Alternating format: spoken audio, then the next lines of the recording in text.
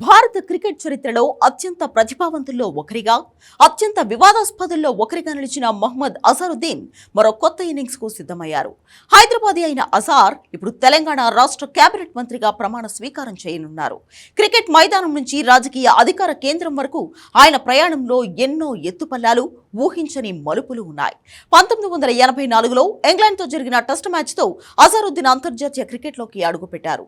అరంగేట్రంలోనే hat trick సెంచరీలు సాధించిన ఏకైక ఆటగాడిగా చరిత్ర సృష్టించాడు. తన మణికట్టు షాట్స్తో ప్రపంచ క్రికెట్ అభిమానులను ఫిదా చేశారు.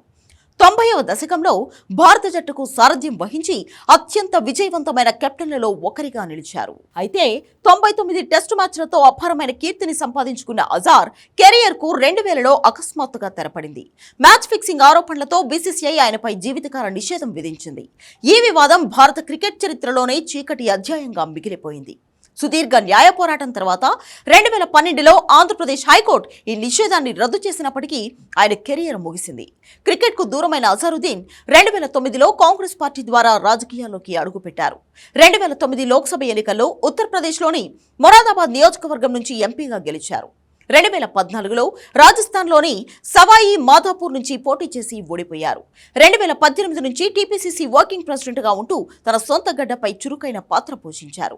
2023 అసెంబ్లీ ఎన్నికల్లో జూబ్లీహిల్స్ నుంచి స్వల్ప తేడాతో ఓడిపోయారు. జూబ్లీహిల్స్ ఉప ఎన్నిక సీటు కోసం చివరి వరకు ప్రయత్నించిన అజారుద్దీన్ కు ముఖ్యమంత్రి రేవంత్ రెడ్డి అనూహ్యంగా గవర్నర్ కోటాలో ఎమ్మెల్సీగా అవకాశం ఇచ్చారు.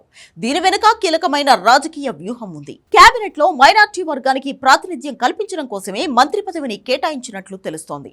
ఉప ఎన్నికల్లో బీసీ అభ్యర్థికి సీటు ఇచ్చి అజార్ను మంత్రిగా చేయడం ద్వారా జూబ్లీహిల్స్ నియోజకవర్గంలో సామాజిక సమతుల్యత సాధించడం కోసమే చేసినట్లు కొందరు విశ్లేషకులు అభిప్రాయపడుతున్నారు.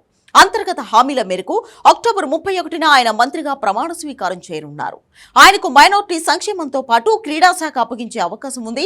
మ్యాచ్ ఫిక్సింగ్ ఆరోపణలు, వ్యక్తిగత జీవితంలోని ఒడిదుడుకులు వంటి సవాళ్లను ఎదుర్కొన్నప్పటికీ తన పోరాట పటిమను కోల్పోకుండా అజారుద్దీన్ క్రికెట్ గ్లోరీ నుంచి పొలిటికల్ పవర్ వరకు చేరుకున్నారు.